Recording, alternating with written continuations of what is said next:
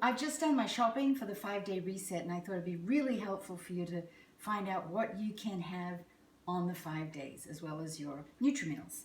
So, salad, unlimited salad. I like it already cut up.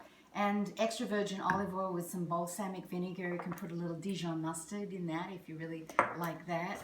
I like my hard-boiled eggs, already hard-boiled. You can they're just easy, great snacks. I like my spaghetti squash cut in half, put in the oven. That's a great snack.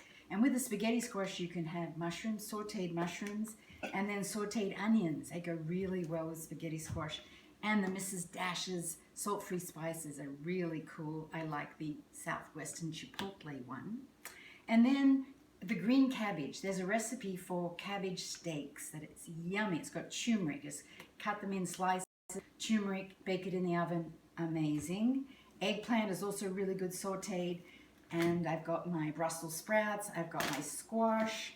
I have my kale already cut up to make kale chips. Just mix it with olive oil and pepper and put it in the oven. There's a recipe for that too in your survival guide.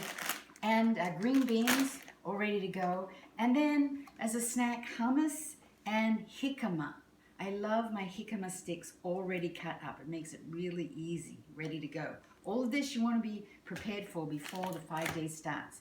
Then I have my egg whites and eggs because I like to make these yummy little egg bites. They are so easy.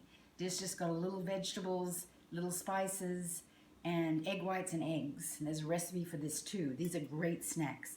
And then if you want a little fizz, my Zevia. I just have one of these maybe in a week, just in case you want that little fizz. Lots and lots of water. So as you can see, you have lots of choices of things you can have during the 5 days.